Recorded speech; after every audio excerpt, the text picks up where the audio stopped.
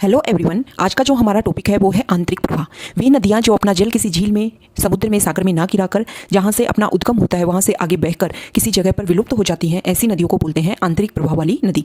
तो पहली जो नदी है हमारे इस टॉपिक में वो है बाणगंगा नदी।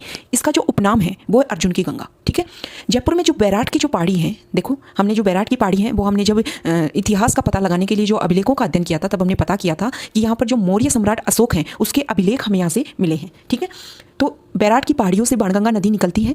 ये राजस्थान में जयपुर जिले में बहती है। ठीक है, अलवर जिले में बहती है और उसमें भरतपुर जिले में बहकर ये कहाँ चली जाती है, उसके बाद में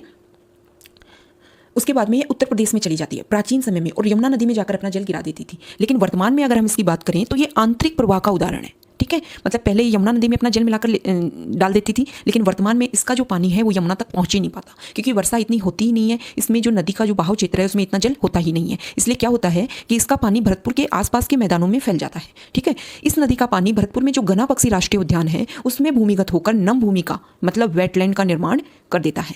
ठीक है, तो ये बाणगंगा नदी है जिसको अर्जुन की गंगा बोलते हैं और बैराट की पहाड़ियों से इसका उद्गम होता है। दूसरी नदी है रूपारेल नदी। ठीक है, उसका जो उपनाम है वो है वराह नदी।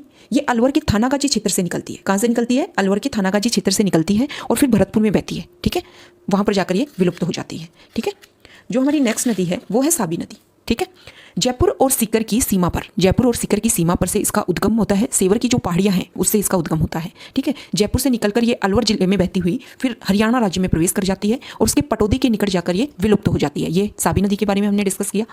अब नदी है पश्चिमी राजस्थान की, शुष्क राजस्थान की काकनी अथवा काकनेई नदी। ठीक है, ये जैसलमेर के कोठारी गांव से निकलती है। जैसलमेर का जो कोठारी गांव है वहां से इसका उद्गम होता है।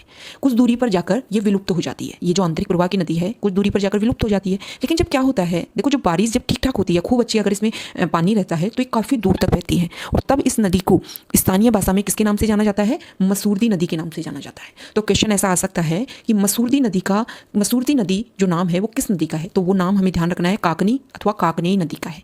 इससे हमको जो कांतली नदी है उसको अलग रखना है। देखो सिखावटी क्षेत्र की नदी है कांतली नदी। ठीक है, और ये सीकर से निकलती है और झुंझुनू में बहती हुई जो चूरू की सीमा है वहां जाकर विलुप्त हो जाती है।